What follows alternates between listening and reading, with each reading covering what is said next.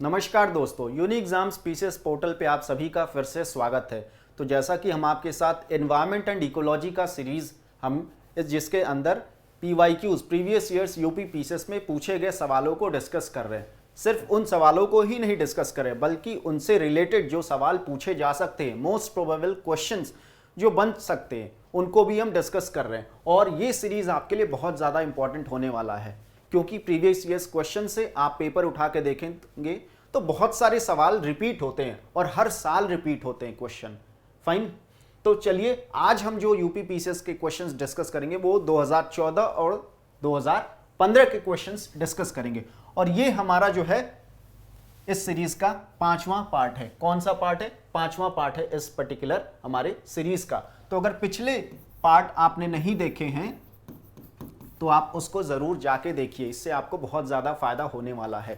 अगर आप जो प्रीलिम्स एग्जाम यूपी पीसीएस का देने वाले हैं या फिर कोई अदर स्टेट पीएससी भी दे रहे हैं तो उसमें भी एनवायरनमेंट एंड इकोलॉजी से क्वेश्चंस तो पूछे जाते हैं, तो आप यहां से जो है देख सकते हैं, क्वेश्चंस लगा सकते हैं। चलिए शुरू करते हैं। तो सबसे पहले हम 2015 का क्वेश्चन देखेंगे। री एग्जाम क्यों है? क्योंकि 2015 में 2 पेपर कंडक्ट कराया गया था। आफ्टर कैंसिलेशन ऑफ जो है पेपर कैंसिल होने के बाद जो है दोबारा री एग्जाम हुआ था, इसी वजह से 2015 के हमें 2 पेपर देखने को मिलेंगे। तो चलिए पहले री एग्जाम जो हुआ था उसके पेपर उसके क्वेश्चंस देखते हैं, उसके बाद हम जो है आगे बढ़ेंगे। फाइन, तो पहला सवाल देखते हैं। पहला सवाल क्या है कि which one of the following is not correct about ecosystem. Ecosystem के बारे में इनमें से दिया गया कौन सा ऑप्शन इनकरेक्ट है? ठीक है, तो पहला ऑप्शन क्या कहता है कि it comprises both abiotic and biotic components. तो ये स्टेटमेंट हमारा क्या है, बिल्कुल सही है, क्योंकि इकोसिस्टम का जो कंपोनेंट है, पार्ट कौन कौन से होते हैं, एबायोटिक और बायोटिक, इसके बारे में कई बार हम पिछले अपने पार्ट्स में इसी सीरीज के पार्ट में डिस्कस कर चुके हैं। फाइन, तो वहां से आप देख सकते हैं इसको। तो ये हमारा करेक्ट है। दूसरा क्या है, it has its own productivity. Ecosystem का अपना खुद का क्या है, प्रोडक्टिविटी होता है। ठीक, उत्पादकता होती है, देखने को मिलती, तो ये भी हमारा करेक्ट है। Third is it is a close system. ये ऑप्शन जो है हमारा इनकरेक्ट हो जाता है क्योंकि जो इकोसिस्टम है ये एक ओपन सिस्टम है माना जाता है, और यहां पे हमारा ये उत्तर भी हो जाएगा इस पर्टिकुलर क्वेश्चन का। फाइन, डी क्या है, it is a natural resource system, जो कि बिल्कुल सही बात है। तो आंसर हमारा क्या होगा इस सवाल का? Option C. ठीक है, आगे चलते हैं। अगला सवाल है कि which one of the following denotes water salinity gradient. काफी आसान सा सवाल है। यहां पे वाटर सैलिनिटी ग्रेडियंट के बारे में पूछा जा रहा है कि इनमें से कौन सा डिनोट करता है वाटर सैलिनिटी। थर्मोक्लाइन, हेलोक्लाइन, पिक्नोक्लाइन या फिर कीमोक्लाइन। हम जैसा कि जानते हैं हेलो मतलब सैलाइन होता है। ठीक है, ये कीवर्ड अगर आपको पता है तो आप आंसर जो है अपना सेलेक्ट कर सकते हैं। ऑप्शन बी जो है हमारा इसका सही उत्तर होगा। हेलोक्लाइन डिनोट्स वाटर सैलिनिटी ग्रेडियंट। और वहीं थर्मोक्लाइन की बात करें तो ये हमें टेम्परेचर ग्रेडियंट के बारे में बताता है। किसके बारे में? टेम्परेचर ग्रेडियंट के। और वहीं पिक्नोक्लाइन के बारे में बात की जाए तो ये हमें किसके? डेंसिटी ग्रेडियंट के बारे में बताता है। ठीक, डेंसिटी ग्रेडियंट के बारे में बताता है हमें। फाइन, और कीमोक्लाइन जो है जो केमिकल एलिमेंट्स है उसमें उसके बारे में बताता है, किसी भी पर्टिकुलर वाटर बॉडी या ओशन की बात होगी तो। ठीक है, आगे चलते हैं। अगला सवाल है कि which one of the following provides the cryogenic indicator of climate change. इनमें से जो है cryogenic indicator of climate change कौन सा है? आइस कोर या फिर fossilised pollen, tree ring growth या फिर इवेपोराइट डिपॉजिट्स। तो यहां पे अगर हम बात करें क्रायोजेनिक जो कीवर्ड है हमारा, ये मेन कीवर्ड हो जाता है इस क्वेश्चन का। क्रायोजेनिक जो है किससे रिलेटेड है? लो टेम्परेचर या फ्रीजिंग टेम्परेचर से। ठीक, तो ऑप्शंस में हमें देखने को मिल रहा है आइस कोर। अगर बाकी तीनों अगर ऑप्शंस के बारे में देखें तो वो इनकरेक्ट है। फाइन, तो आंसर हमारा इसका आइस कोर हो जाएगा, या इसको आइस शीट भी बोलते हैं। ठीक, और ये हमारा क्या इंडिकेट करता है? क्लाइमेट चेंज के बारे में हमें इंफॉर्मेशन प्रोवाइड करता है, क्योंकि आइस कोर और आइस शीट जो है वो रिएक्ट करते हैं हमारे एटमॉस्फेयर में। जैसे जैसे अगर कोई भी चेंज होता है, बदलाव देखने को मिलता है, तो ये आइस कोर भी उसी हिसाब से रिएक्ट करता है और ये इंडिकेट करता है हमारे क्लाइमेट चेंज के बारे में हमें इंफॉर्मेशन देता है। फाइन। और वहीं अगर फॉसिलाइज्ड पॉलन के बारे में बात करें तो यहाँ पे ये वेजिटेशन के बारे में हमें जानकारी देता है। किसके बारे में? वेजिटेशन के बारे में। ट्री रिंग ग्रोथ के बारे में आपने सुना होगा। इस तरीके का अगर आप जो है ट्री को काटेंगे तो सपोज यहाँ पे इस तरीके का सर्कुलर आपको कुछ पैटर्न देखने को मिलेगा, रिंग्स जिसको हम बोलते हैं, इसी को हम ट्री रिंग्स बोलते हैं। और इससे क्या पता है लगाया जाता है कि इस पर्टिकुलर ट्री की एज क्या है। फाइन। और इसी टर्म को किस साइंटिफिक टर्म के नाम से हम जानते हैं? डेंड्रो, किससे? डेंड्रोक्रोनोलॉजी के नाम से हम इसको जानते हैं। फाइन। तो इसका क्वेश्चन का उत्तर हो जाएगा हमारा ए। ठीक है, आगे चलते हैं। अगला सवाल है कि which of the following has been identified as a biodiversity hotspot in India. कई बार सवाल ये आपसे पूछा गया है। फाइन। तो सुंदरबन, वेस्टर्न घाट, मानस या फिर चेरापूंजी।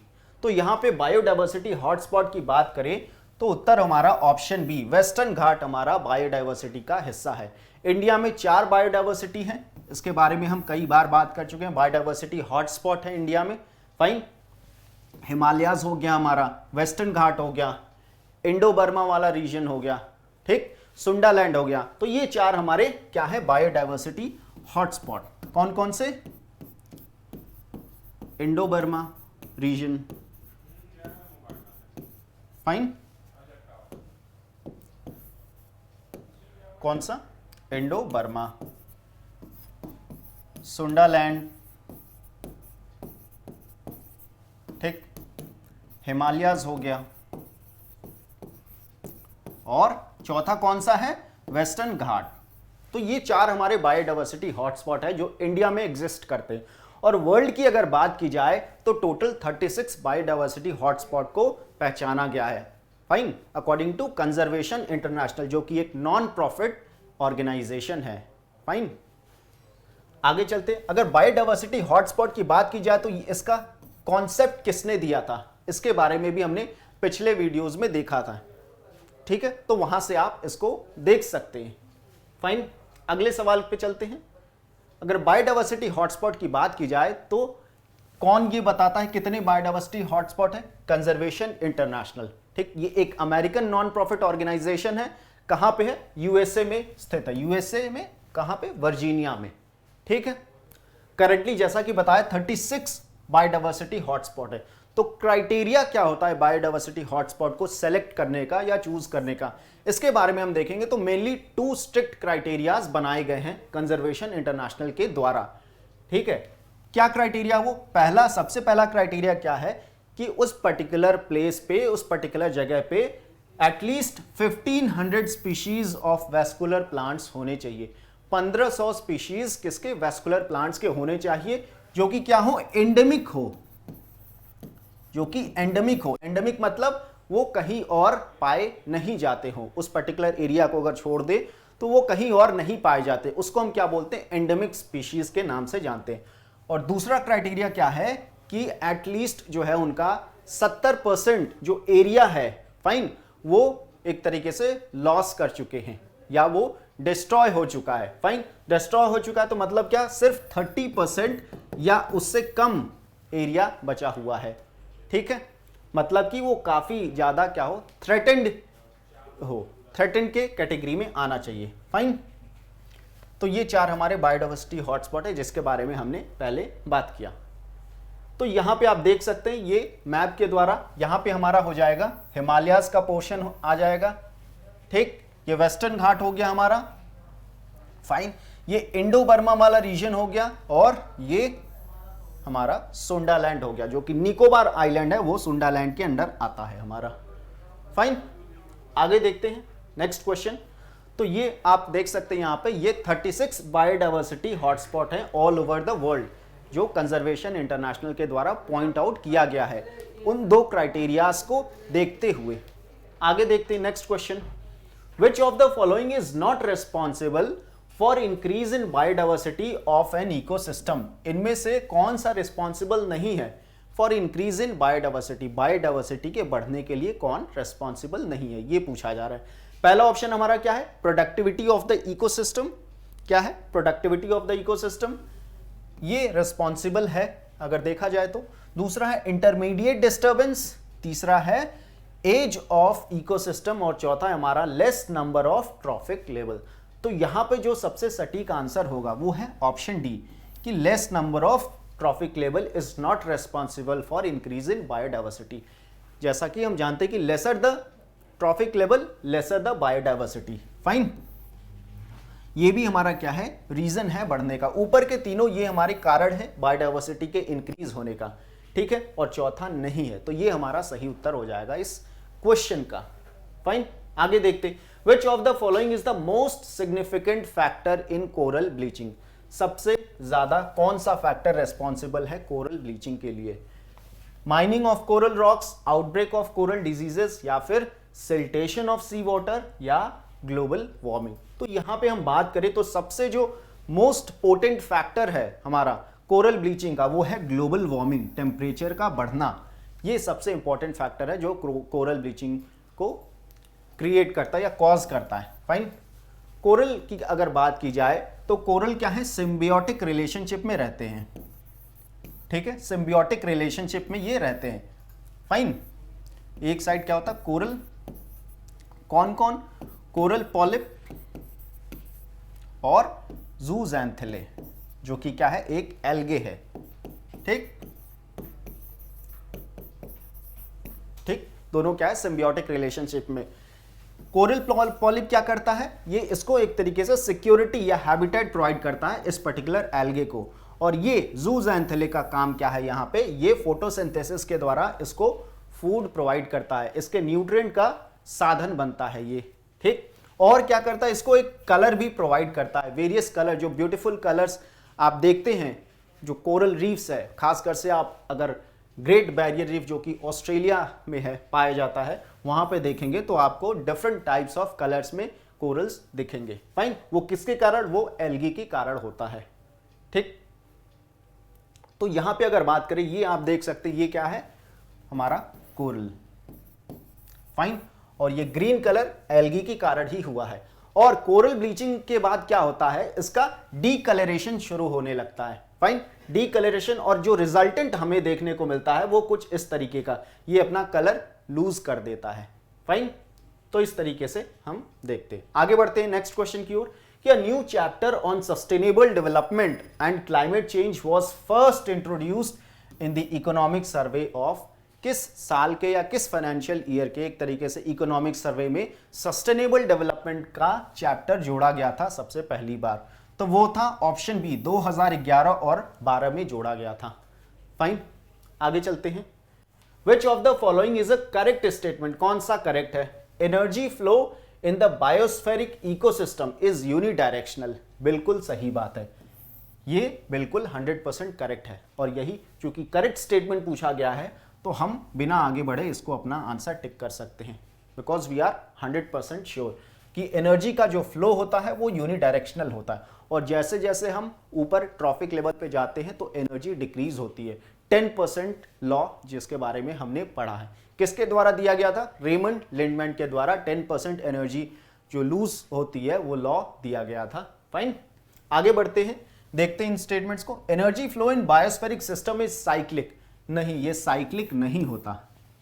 फाइन, बल्कि लीनियर डायरेक्शन में हमें देखने को मिलता है। Relative loss of energy in natural ecosystem decreases with trophic level, नहीं, ये डिक्रीज नहीं होता। फाइन, तो इस वजह से ये क्या है हमारा इनकरेक्ट हो जाता है, ये भी इनकरेक्ट है। Species at progressively higher trophic level appear to be less efficient in using available energy, ये भी हमारा इनकरेक्ट स्टेटमेंट है। आंसर क्या है? Option A.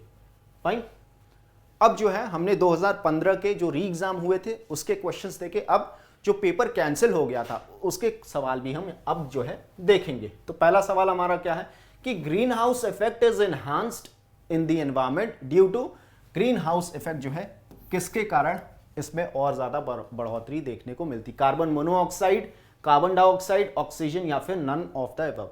तो यहां पे हमारा जो आंसर होगा ऑप्शन बी, कार्बन डाइऑक्साइड, जो कि एक ग्रीन हाउस गैस है, इसके कारण ग्रीन हाउस इफेक्ट देखने को मिलता है। इसके अलावा भी और भी अदर गैसेस हैं, मीथेन हो गया हमारा, पीएफसी हो गया, SF6 हो गया, ये सभी क्या हैं, CFC, ये सभी ग्रीन हाउस गैसेस की कैटेगरी में आते हैं। Fine.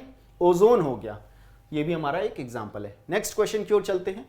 Which one of the following pairs is correctly matched, कौन सा करेक्टली मैच्ड है? माउंटेन का क्या दिया है यहाँ पे, मोस्ट स्टेबल इकोसिस्टम, ये इनकरेक्ट है। इसके बारे में कई बार हम पिछले अपने इसी पार्ट के जो है वीडियोस में हमने देखा है कि सबसे जो स्टेबल इकोसिस्टम है वो कौन सा है, वो है ओशन। फाइन।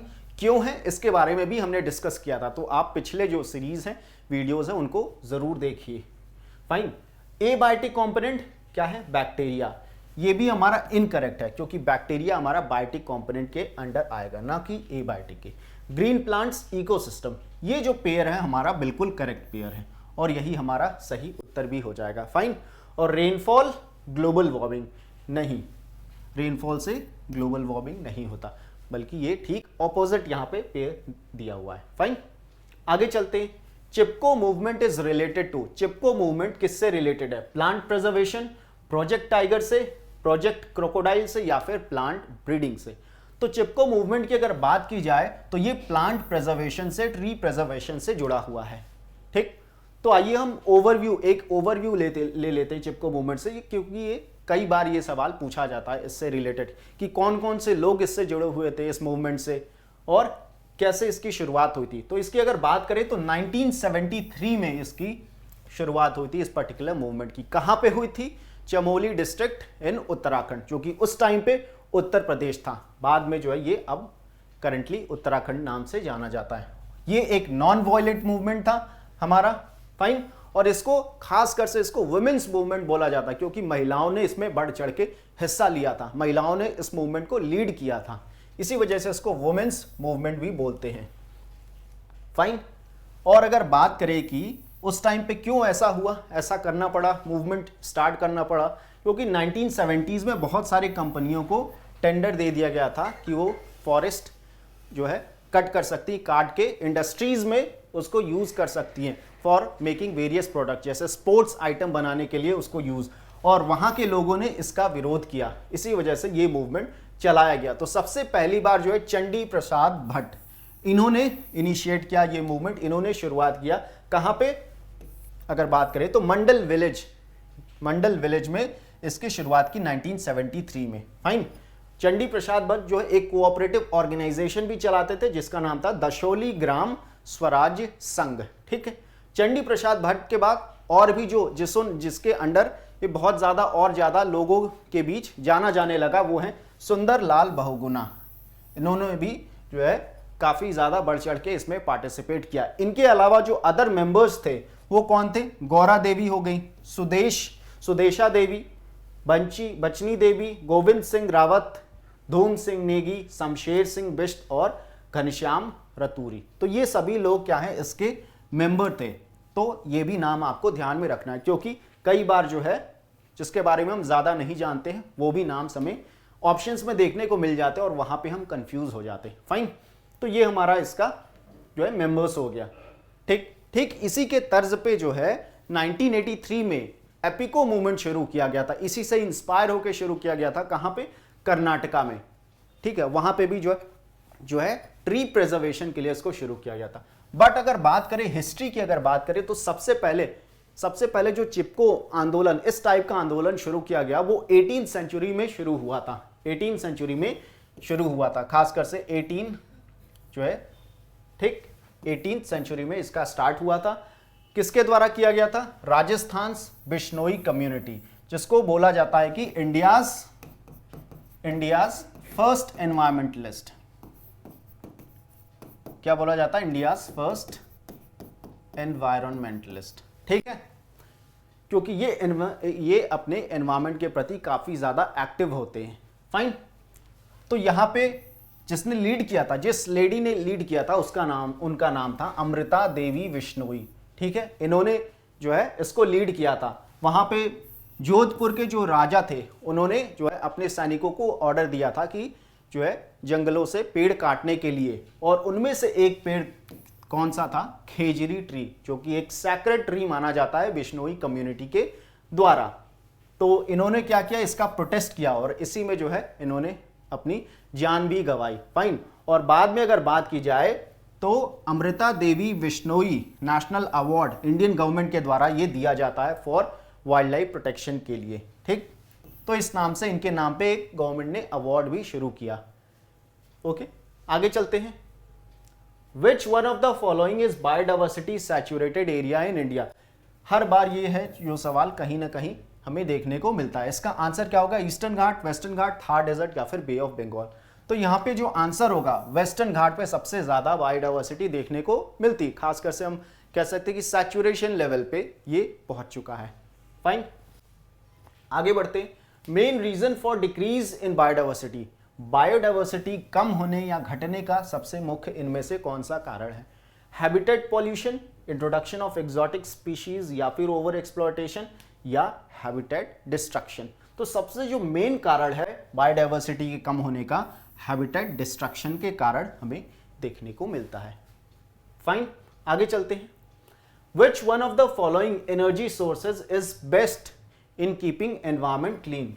ठीक है, एनवायरमेंट को शुद्ध रखने के लिए, क्लीन रखने के लिए कौन से एनर्जी को हम ज्यादातर यूज कर सकते हैं, तो ऐसा देखने को हमें मिलेगा। Petroleum product, forest products, nuclear fission या फिर सोलर सेल्स। तो इसका उत्तर होगा हमारा सोलर सेल, ऑप्शन डी। ठीक है, क्योंकि ये क्लीन एनर्जी का हमारा एग्जाम्पल है। किसका, क्लीन या फिर रिन्यूएबल एनर्जी हम इसको कह सकते हैं।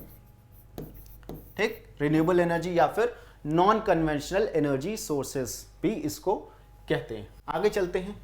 मैच करना, यहाँ पे लिस्ट 1 लिस्ट 2 दे रखा मैं। एक साइड नेशनल पार्क के नाम दिए हैं, दूसरी साइड स्टेट्स, किस राज्य में या स्टेट में वो स्थित है। दचिगम नेशनल पार्क की अगर बात की जाए तो इसके बारे में हमने कल भी डिस्कस किया था, काफी डिटेल में डिस्कस किया था इस पर्टिकुलर नेशनल पार्क के बारे में। कहां पे है ये नेशनल पार्क, आप सभी को पता होगा कि ये जम्मू कश्मीर में स्थित है। ठीक, तो ए का 2 ऑप्शन, ये पेयर हमें कहां देखने को मिल रहा है, पहले ए में हमें नहीं मिल रहा तो इसको हम एलिमिनेट कर देंगे। फाइन, बी ऑप्शन में ये देखने को मिल रहा है और किसी में ये पेयर देखने को नहीं मिल रहा, तो यहां से हमारा आंसर हो जाएगा ऑप्शन बी, बिना इन तीनों को देखे हुए। फाइन, तो पापी कोंडा की अगर बात की जाए तो ये आंध्र प्रदेश में है। फाइन, सरिस्का कहां पे है, राजस्थान में है और बंदीपुर कर्नाटक में देखने को मिलता है। ठीक, दचिगम नेशनल पार्क में हमने ये भी बात किया था कि यहां पे एक बहुत ही ज्यादा जो प्रसिद्ध एनिमल देखने को मिलता है वो कौन सा है, कश्मीरी स्टैग या फिर हंगुल के नाम से उसको जानते हैं। ठीक है, कश्मीरी स्टैग या फिर हंगुल।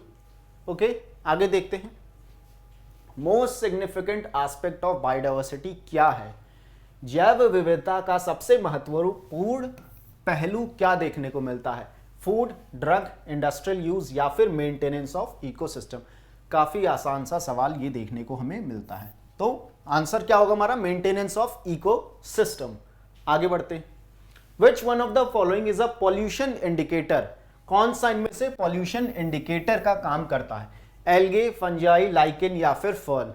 ये भी सवाल कई बार, 2 से 3 बार हमने डिस्कस किया इसी सीरीज में। इसका क्या मतलब है कि ये सवाल हर साल पूछे जाते हैं, हर साल नहीं तो हर 2 साल 3 साल के बाद रिपीट होते हैं, इसीलिए कहा जाता है कि बहुत ज्यादा इंपॉर्टेंट होते हैं प्रीवियस ईयर क्वेश्चंस। तो आंसर इसका हो जाएगा option C, that is lichen. ये एक बायो इंडिकेटर का काम करता है। ठीक, बायो इंडिकेटर का काम करता है। फाइन, ये क्या है, लाइकेन क्या है, ये सिम्बियोटिक रिलेशनशिप में रहता है, किसके, फंजाई और किसके, एल्गा। ये बायोटिक सिम्बियोटिक रिलेशनशिप में रहता है। फाइन, तो इसके बारे में हम कई बार जो है डिस्कस कर चुके हैं और ये एयर पॉल्यूशन का इंडिकेटर माना जाता है इसको। ठीक, अब जो है 2014 के जितने सवाल पूछे गए थे अब हम उनको डिस्कस करेंगे। 2015 के क्वेश्चंस हम देख चुके हैं। फाइन, आगे चलिए देखते हैं पहला क्वेश्चन क्या है। To maintain ecological balance the area under forest should be. Ecological balance को मेंटेन करने के लिए जो फॉरेस्ट एरिया है या टारगेट जो रखा गया है वो कितना है, 10%, 23% या फिर 33 या 53%। तो यहां पे जो हमारा उत्तर होगा इसके बारे में भी हम डिस्कस कर चुके हैं कि 33% का जो टारगेट है वो रखा गया है, that is 1/3।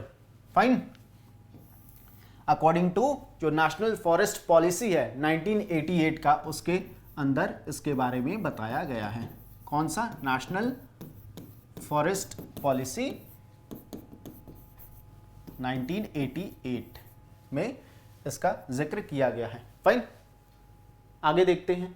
World ozone day is celebrated on, ये भी सवाल बार बार पूछा गया है और इस वजह से इस क्वेश्चन को रखा गया है क्योंकि जिससे कि हमें पता लगे कि क्वेश्चंस रिपीट होते हैं हर साल। ठीक है, तो इसको 16 सितंबर को मनाया जाता है। फाइन, कब मनाया जाता है? 16 सितंबर को मनाया जाता है। इसके थीम के बारे में भी आप जो है याद रखिएगा, इसके थीम्स कभी कई बार पूछे जाते हैं। क्या है? Montreal at the rate 35, Montreal के 35 साल को देखते हुए इसका थीम रखा गया था। ठीक है, global cooperation for protecting life on earth, ये इसका थीम था 2022 का। और 2023 के थीम की बात करें तो अभी तक रिलीज नहीं किया गया है इसको। फाइन, आगे देखते हैं। Green muffler is related to, green muffler किससे रिलेटेड है? एयर पॉल्यूशन, सॉइल पॉल्यूशन, यहां पे सॉइल पॉल्यूशन हो गया, नॉइज या फिर वाटर पॉल्यूशन से। तो ग्रीन मफलर हमारा नॉइज पॉल्यूशन से रिलेटेड है। किससे? नॉइज पॉल्यूशन से ये रिलेटेड है। फाइन, ये एक मेथड है या टेक्निक कह लें हम इसको, जो कि सॉइल नॉइज पॉल्यूशन को रोकने के लिए जो 4 to 5 रोज ऑफ ट्रीज, पेड़ों को लगाया जाता है। और खासकर से जो इंडस्ट्रियल एरिया होते हैं जहां पे ज्यादा शोर होता है, उन एरियाज में लगाया जाता है, जिससे कि वो पेड़ क्या करते हैं? वॉइस को या नॉइस को ऑब्स्ट्रक्ट करते हैं और हमारे जो सिटीजन हैं, जो रहने वाले लोग हैं, उनके कानों तक जो है थोड़ी धीमी गति से पहुंचता है। फाइन, तो इस तरीके से ग्रीन मफलर के बारे में हमने देखा। फाइन, आगे देखते हैं। Methane gas emanates from, methane gas कहां से एमिट होता है? Wheat field, paddy field, cotton field या फिर ग्राउंडनट फील्ड। तो मीथेन गैस की अगर बात करें तो वैसे तो बहुत सारे सोर्सेस से ये एमिनेट होता है। ठीक है, तो अगर इन ऑप्शंस को अगर देखा जाए यहाँ पे, तो हमारा आंसर जो होगा वो होगा पैडी फील्ड, या यहाँ पे धान की खेत की बात अगर करें हम। ठीक, धान की खेत। फाइन, यहां से एमिनेट होता है। इसके अलावा कैटल रेजिंग से भी मीथेन गैस निकलता है। कैटल रेजिंग हो गया या फिर इंडस्ट्रियल प्रोसेसेस हो गए, इन सभी जगहों से जो है मीथेन गैस निकलता है, जो कि एक ग्रीन हाउस गैस है। नीरी की बात करें, नीरी इज लोकेटेड एट, कहां पे लोकेटेड है नीरी? इसका जो लोकेशन है वो है नागपुर, महाराष्ट्र में लोकेटेड है। 1958 में इसको स्टैब्लिश किया गया था गवर्नमेंट के द्वारा। फाइन, ये क्या है? National environmental engineering research institute के नाम से इसको जाना जाता है। फाइन, आगे देखते हैं। In which of the following years environment protection act was passed, ये भी सवाल जो है कई बार रिपीट हुआ है ये क्वेश्चन कि किस साल ये एक्ट पास किया गया था। इसके बारे में हम पहले भी बात कर चुके हैं। 1986 में इस लॉ को, इस एक्ट को सरकार के द्वारा लाया गया था। आगे देखते हैं। Which is the biodiversity rich place in India, ये भी सवाल जो है अभी क्या है, हमने 2015 के क्वेश्चंस में भी देखा कि ये रिपीट हुआ है और 2014 के भी जो है पेपर में ये हमें देखने को मिल रहा है। मतलब 14 में भी पूछा, 15 में भी पूछा और आगे भी सवाल ये पूछे गए हैं। फाइन, और इसका उत्तर क्या है? सबसे ज्यादा बायोडाइवर्सिटी वेस्टर्न घाट में देखने को हमें मिलता है। आगे देखते हैं। और यहां पे अगर हम बात कर लें कि इंडिया में वेस्टर्न घाट की अगर बात की जाए तो कौन कौन से स्टेट में ये इसका फैलाव देखने को मिलता है, तो 6 स्टेट्स हैं जहां पे वेस्टर्न घाट हमें देखने को मिलता है। ठीक है, तो उनमें से जो 5 है वो तो काफी हम आसानी से उसको पहचान जाते हैं, बट जो है गुजरात में हमें कंफ्यूजन होता है। फाइन, तो यहां पे अगर बात की जाए तो गुजरात में भी वेस्टर्न घाट का फैलाव देखने को मिलता है। ठीक, उसके अलावा महाराष्ट्र, कर्नाटका, गोवा, केरला और तमिलनाडु, इन सभी स्टेट्स में वेस्टर्न घाट फैला हुआ है। अब है विच one of the following is not a secondary pollutant, इनमें से कौन सा सेकेंडरी पॉल्यूटेंट नहीं है? पैन हो गया जिसको कि पेरोक्सी एसिटिल नाइट्रेट कहा जाता है, स्मोग हो गया, सल्फर डाइऑक्साइड या फिर ओजोन। फाइन, तो यहां पे अगर बात करें तो सेकेंडरी पॉल्यूटेंट हमारा सल्फर डाइऑक्साइड नहीं है, ये हमारा कौन सा है? प्राइमरी पॉल्यूटेंट के अंडर आता है। किसके? प्राइमरी पॉल्यूटेंट के। और बाकी तीनों जो है सेकेंडरी पॉल्यूटेंट के अंदर आते हैं।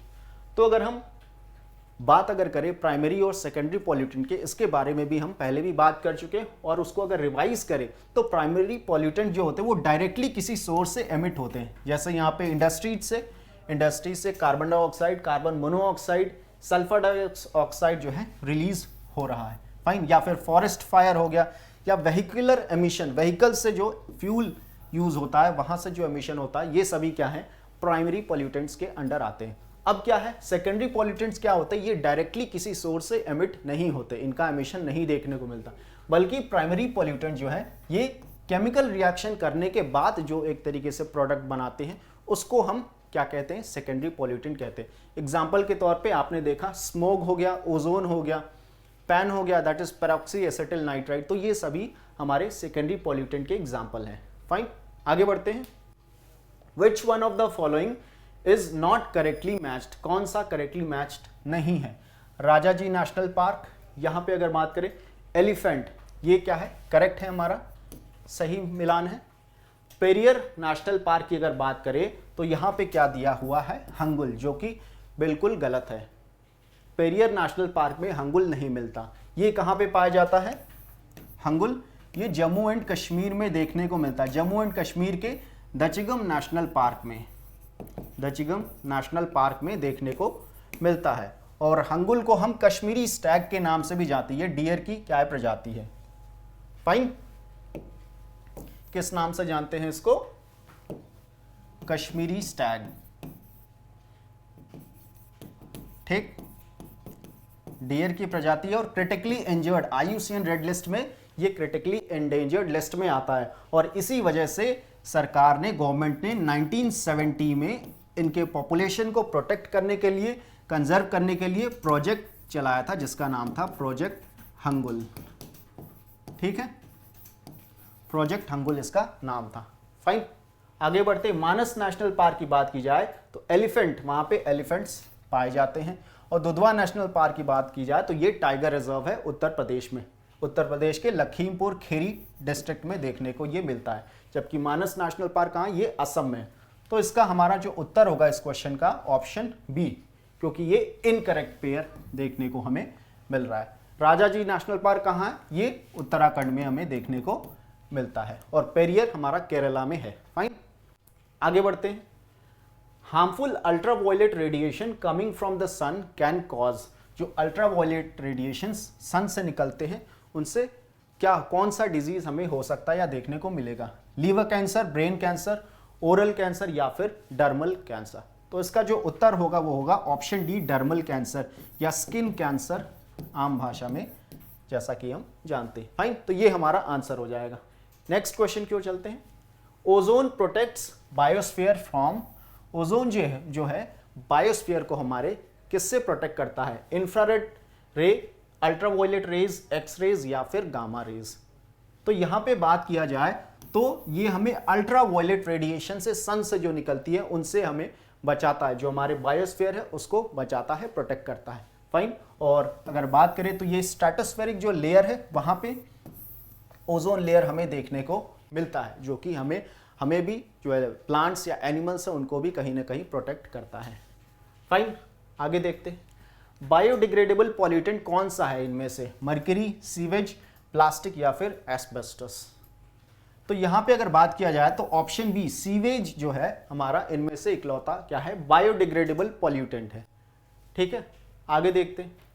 First national park established in India, India में जो पहला नेशनल पार्क स्टैब्लिश किया गया वो कहां पे किया गया या कौन सा है इनमें से, फाइन। ये भी क्वेश्चन जो है कई बार रिपीट हुआ है, 2 से 3 बार रिपीट हुआ हमें देखने को मिला। Namdapha national park, Corbett national park, Dudhwa national park या फिर गिंडी नेशनल पार्क। तो इसका आंसर जो होगा option B, Jim Corbett national park या कॉर्बेट नेशनल पार्क में जो है हमारा पहला नेशनल पार्क है। इसको अगर बात करें सबसे पहले तो 1936 में स्टैब्लिश किया गया था, और उस टाइम पे इसका जो नाम था वो था हेली नेशनल पार्क। क्या नाम था, हेली नेशनल पार्क। बाद में 1957 में इसका नाम चेंज करके जिम कॉर्बेट नेशनल पार्क रखा गया, फाइन। जिम कॉर्बेट जो कि एक क्या थे, बहुत बड़े एनवायरमेंटलिस्ट थे, अमेरिकन एनवायरमेंटलिस्ट थे, उनके नाम पे इसका नाम रखा गया, ठीक है। आगे देखते हैं। बायोडाइवर्सिटी मीन्स, बायोडाइवर्सिटी का क्या मतलब है, सबसे जो सटीक आंसर है वो कौन सा है इनमें से, diverse kind of plants and vegetation, या फिर डाइवर्स काइंड ऑफ एनिमल्स, या diverse kind of plants and animals in a particular area, या फिर diverse kinds of exotic plants and animals. ठीक है, तो यहां पे जो हमारा सबसे करेक्ट आंसर वो होगा ऑप्शन सी। ये बात करता है diverse kind, variety of kinds of plants और एनिमल्स के बारे में बात करता है इन अ पर्टिकुलर एरिया। ठीक है, आगे देखते हैं। यहां पे मैच द टाइप क्वेश्चन पूछा गया, एक टाइप नेशनल पार्क या सेंचुरी के नाम दिए गए हैं और वहीं दूसरे साइड स्टेट का नाम दिया गया है। ठीक है, दचिगम वाइल्ड लाइफ सेंचुरी, इसके बारे में हम 2 से 3 बार देख चुके हैं। फाइन, तो ये कहां पे है, जम्मू एंड कश्मीर में है। तो ए का 4 ये पेयर हमें कहां पे देखने को मिल रहा है, अगर हम देखें तो ऑप्शन ए में ये पेयर मिल रहा है, सिर्फ ऑप्शन ए में ही देखने को मिल रहा है, तो हमारा उत्तर भी यही हो जाएगा। ठीक, केवलादेव घाना बर्ड सेंचुरी की बात करें तो ये राजस्थान के भरतपुर डिस्ट्रिक्ट में हमें देखने को मिलता है और ये साइबेरियन क्रेन के लिए जाना जाता है, जो कि एक माइग्रेटरी बर्ड है। फाइन, कान्हा नेशनल पार्क की बात करें तो ये मध्य प्रदेश में है, कहाँ पे, मध्य प्रदेश में। और पेरियर वाइल्ड लाइफ सेंचुरी की बात करें तो ये केरला में देखने को हमें मिलता है, जो कि एक टाइगर रिजर्व भी है और एलिफेंट के लिए भी, पॉपुलेशन के लिए भी जाना जाता है। फाइन, आगे बढ़ते हैं। Which one of the following is correctly matched, इनमें से कौन सा करेक्टली मैच्ड है।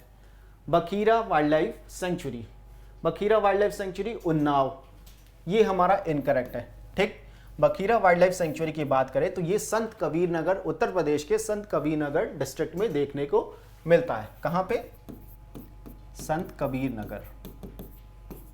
फाइन, तो इस वजह से ये हमारा इनकरेक्ट हो जाएगा। और बखीरा वाइल्ड लाइफ सेंचुरी की अगर बात की जाए तो यूपी का, उत्तर प्रदेश का, ये रीसेंट सबसे जो जोड़ा गया है, रामसर लिस्ट में ऐड किया गया है। ठीक है, तो ये एक रामसर साइट भी है, इस वजह से ये और भी ज्यादा इंपॉर्टेंट हो जाता है। आपको माइट भी क्वेश्चन देखने को मिल सकता है। ओखला वाइल्ड लाइफ सेंचुरी की बात की जाए तो ये कहां पे है, ये ललितपुर में नहीं है, ये भी क्या है, हमारा इनकरेक्ट है। कहां पे है ये, गौतम बुद्ध नगर में देखने को मिलता है, नोएडा गौतम बुद्ध नगर में देखने को ये मिलता है हमें। Fine, Sandi wild life sanctuary की बात करें तो हरदोई, ये पेयर हमारा करेक्टली मैच्ड है, ये हरदोई जिले में हमें देखने को मिलता है और यही हमारा इस क्वेश्चन का उत्तर भी हो जाएगा। और स्वामी Mahavir Swami wild life sanctuary की बात की जाए तो ये बस्ती में नहीं है, तो कहां पे है ये ललितपुर जिले, उत्तर प्रदेश के ललितपुर डिस्ट्रिक्ट में हमें देखने को मिलता है। फाइन, तो मैप से अगर देखें, इन जिलों के बारे में देखें तो यहां पे हम देख सकते हैं, सबसे पहले हमारा संत कबीर नगर, ये हो जाएगा हमारा संत कबीर नगर, जहां पे कौन सा, बखीरा वाइल्ड लाइफ सेंचुरी हमारा देखने को मिलता है। फाइन, उसके बाद क्या है हमारा, ओखला वाइल्ड लाइफ सेंचुरी, यहां पे गौतम बुद्ध नगर में, यहां पे हमारा जो है ओखला वाइल्ड लाइफ सेंचुरी या बर्ड सेंचुरी देखने को हमें मिलेगा। उसके बाद हमारा क्या है, सांडी वाइल्ड लाइफ सेंचुरी, जो कि हरदोई में, हरदोई लखनऊ से सटा हुआ एक डिस्ट्रिक्ट है, ये हमारा है हरदोई, जहां पे सांडी वाइल्ड लाइफ सेंचुरी देखने को मिलेगा। और लास्ट जो हमारा था Mahavir Swami wild life sanctuary, जो कि ललितपुर डिस्ट्रिक्ट में है, तो ललितपुर डिस्ट्रिक्ट हमारा यहाँ पे हमें देखने को मिलता है, Mahavir Swami wild life sanctuary. ठीक है, आगे बढ़ते हैं। अगला सवाल क्या है कि which one of the following is not responsible for extinction of species, species के एक्सटिंक्शन के लिए कौन सा जो है इनमें से दिया गया उत्तरदायी नहीं है या रिस्पॉन्सिबल नहीं है। ब्रॉड निश, लार्ज बॉडी साइज, या फिर नैरो निश, या फिर जेनेटिक वेरिएबिलिटी। ब्रॉड निश की बात करें तो ये जो है रिस्पॉन्सिबल नहीं है एक्सटिंक्शन के लिए, क्योंकि ब्रॉड निश अगर होगा तो उस पर्टिकुलर स्पीशीज के लिए और ज्यादा अच्छी बात है, क्योंकि वो अपने आप को अडेप्ट कर पाएगा किसी भी सिचुएशन में। ठीक, तो ये हमारा इसका सही उत्तर हो जाएगा। ठीक है, जबकि ये तीनों क्या है, रिस्पॉन्सिबल हैं फॉर, ठीक है, एक्सटिंक्शन ऑफ स्पीशीज, तो यहां पे इसका उत्तर हो जाएगा। तो अगर यहां पे अगर बात करें, हर स्पीशीज का एक यूनिक निश हमें देखने को मिलता है। फाइन, और वैसे species, those species that have broad niche, तो हम उसको जनरलिस्ट स्पीशीज के कैटेगरी में डालते हैं। किस कैटेगरी में, जनरलिस्ट स्पीशीज के नाम से उसको हम देखते हैं। और वैसे स्पीशीज, दो स्पीशीज दैट हैव नैरो निश, तो उनको हम क्या कहते हैं? उनको हम स्पेशलिस्ट बोलते हैं, स्पेशलिस्ट स्पीशीज के नाम से जानते हैं। ठीक है, तो ये इस तरीके से हमारा निश देखने को मिलता है। ठीक है, जो कि बात करता है किसी भी स्पीशीज का फंक्शन के बारे में बात करता है, फाइन, और उसके फिजिकल और एनवायरमेंटल कंडीशंस के बारे में ये बात करता है, और जो किस तरीके से वो अपने जो अदर स्पीशीज है उनसे इंटरेक्शन कैसा है उससे रिलेटेड हमारा ये होता है। फाइन, आगे बढ़ते हैं। तो यहाँ तक जो है हमने देखा कि 2015 और 2014 के क्वेश्चंस डिस्कस किए। ठीक है, तो आज का जो हमारा वीडियो है यहीं ख़त्म होता है। कल हम जो है इसके पहले के जो 2012 और 13 के सवाल देखेंगे, क्वेश्चन देखेंगे। ठीक है, तब तक के लिए धन्यवाद।